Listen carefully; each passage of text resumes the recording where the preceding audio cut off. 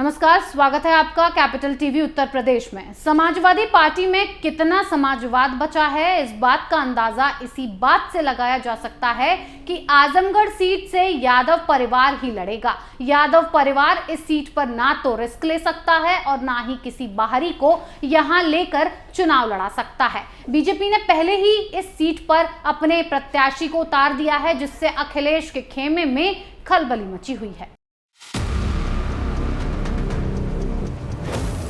सपा ने उत्तर प्रदेश की 2 लोकसभा सीटों पर होने वाले उपचुनाव के लिए उम्मीदवार तय कर लिए हैं।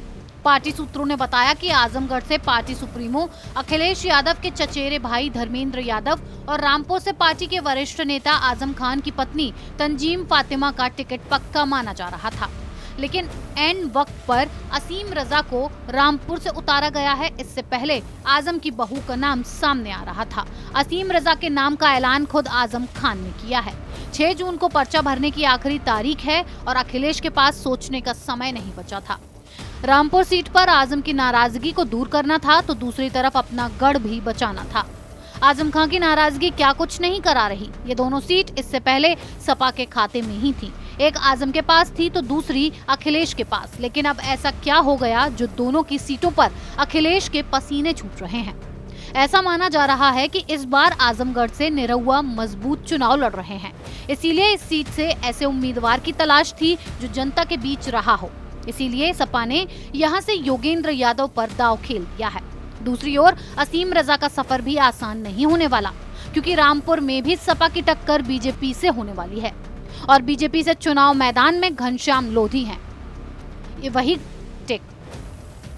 ये वही घनश्याम लोधी हैं जो पहले सपाइयों के हुआ करते थे। लोधी का आजम का करीबी भी माना जाता है। जिस वोट बैंक पर आजम प्रभाव रखते हैं, उसी वोट बैंक पर लोधी भी अपना प्रभाव रखते हैं। रामपुर सीट पर बीजेपी और सपा की कड़ी टक्कर है, लेकिन आजमगढ़ सीट पर मुकाबला त्रिकोणीय हो चला है। आजमगढ़ सीट को सेफ माना जा रहा था क्योंकि कांग्रेस ने चुनाव में उतरने से इनकार कर दिया, लेकिन जैसे ही मायावती ने मुस्लिम प्रत्याशी को उतारा तो अखिलेश के पसीने छूट गए और डिंपल का टिकट काटकर एक दलित चेहरे का नाम आगे कर दिया, जिससे मायावती के दलित वोट बैंक में सेंधमारी की जा सके। 2 दिन सुशील आनंद का नाम चला, लेकिन पर्चा भरने के आखिरी दिन योगेंद्र यादव का नाम फाइनल हुआ। एक बार फिर से परिवार पर ही आखिरी दांव खेल दिया गया। कौन किसके वोट बैंक में सेंधमारी करेगा, इस बात का तो 26 जून को पता चल ही जाएगा, लेकिन मायावती का अखिलेश के खिलाफ जाना बीजेपी के लिए फायदेमंद सौदा हो सकता है। आजमगढ़ में मायावती दलितों और मुस्लिमों का वोट लेंगी और रामपुर में मायावती ने अपना उम्मीदवार नहीं उतारा है। अब देखना दिलचस्प होगा कि अखिलेश अपने गढ़ को बचा पाते हैं या नहीं। इस खबर में फिलहाल इतना ही। बने रहिए कैपिटल टीवी उत्तर प्रदेश के साथ। नमस्कार।